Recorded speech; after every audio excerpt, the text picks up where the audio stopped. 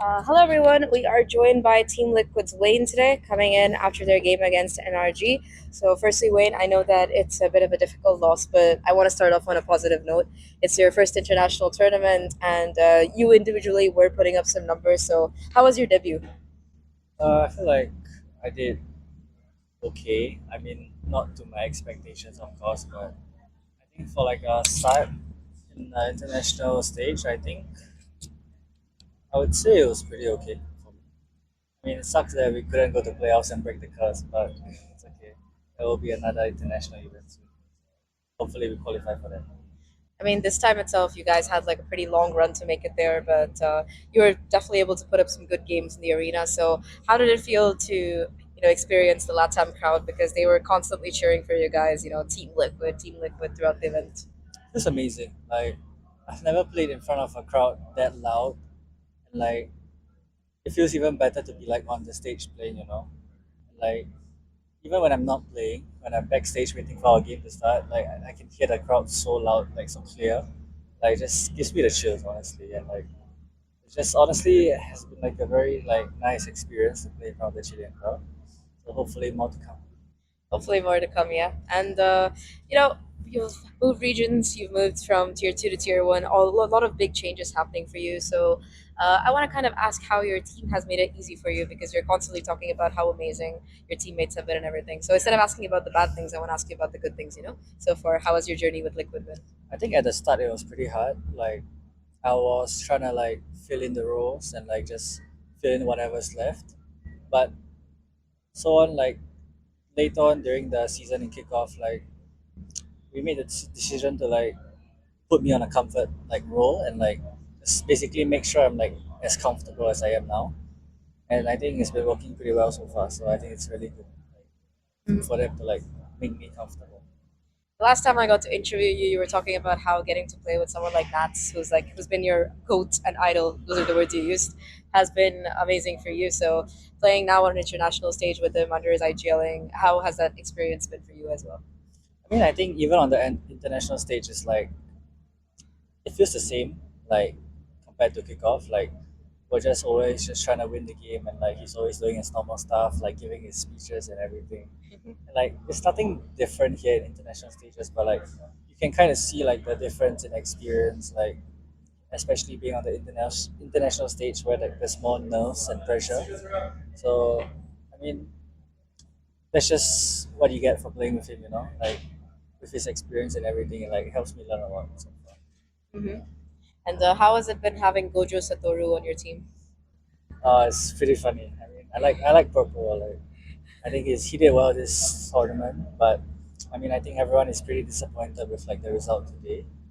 So I mean, what we can do is just grind and focus on stage one. Hmm. Talking about today's game, I mean, on map number one, things were really close. On reads, you guys were definitely able to understand what they were doing. Was it more of you guys having the reads, you think, or just preparation? What was that? I think that was just us playing our game, and I think like we should have closed Breeze out, but we lost like a lot of like important rounds when we shouldn't, like advantages and like yeah. I mean, it's quite sad, but it's okay. It's just how the game is.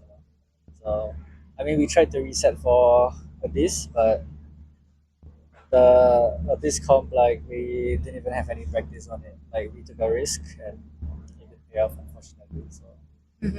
it is what it is. Talking about that Abyss, I mean, it seemed like right out of the gates, you guys were having some starting trouble. I heard a little bit in the press conference saying it was because of NRG having really good macro.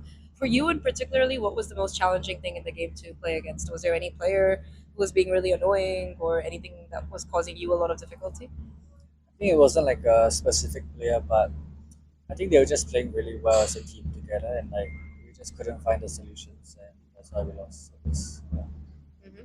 What comes next? You've got stage one coming. You've already made it to your first international. So what's the goal? What's the goal for you guys next? Of course, I mean, I know you want to say you want to win stage one, win a trophy, etc. But in terms of improvement, what is your primary focus?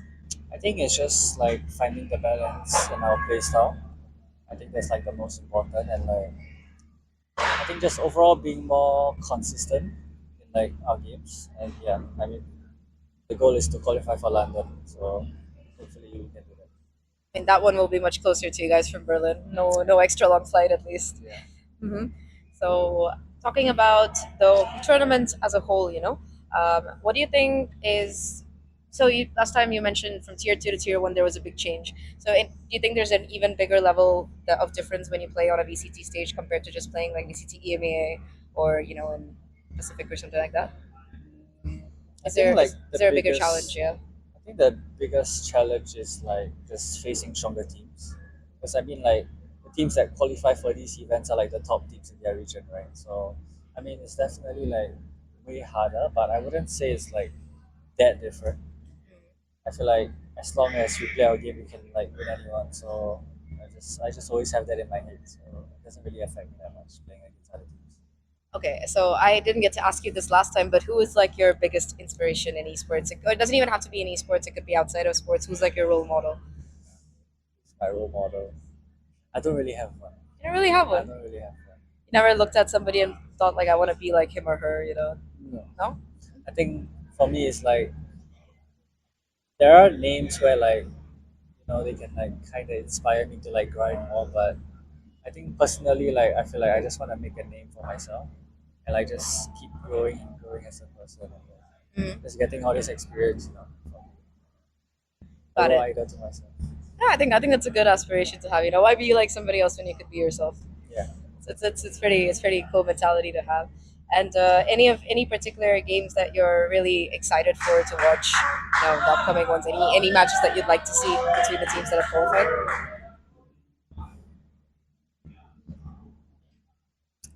I want to see Paper X go on a run again. Don't I we think all? I mean yeah they have one of my friends Jing, like a Mhm. fellow Singaporean. Yeah, He's the last one standing, so he's got to do it for Singapore. yeah, hopefully he does well. I'm cheering for Paper X. hmm All right, and just before we let you off, I'm gonna ask you some pretty fun questions about your team. So, who's the most serious person on your team? Probably Nets. Probably not. Yeah. Okay, who's like the chill guy on the team? Always like making jokes, keeping aura up. I think it's between me and Purple.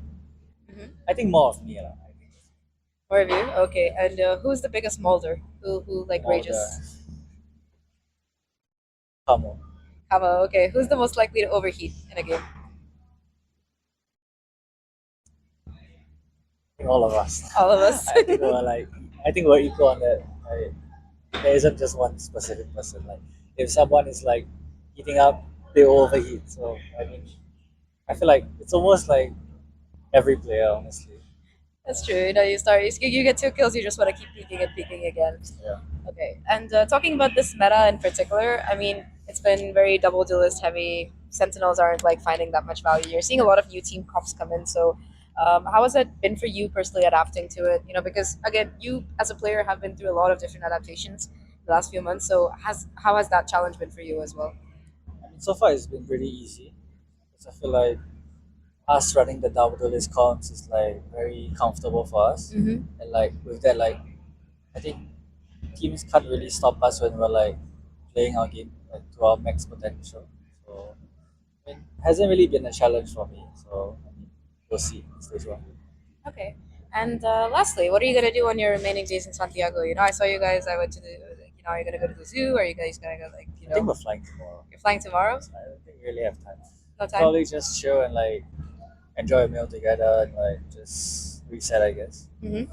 And I think after that, I'll go home for a bit and like just chill and then come back to Berlin again.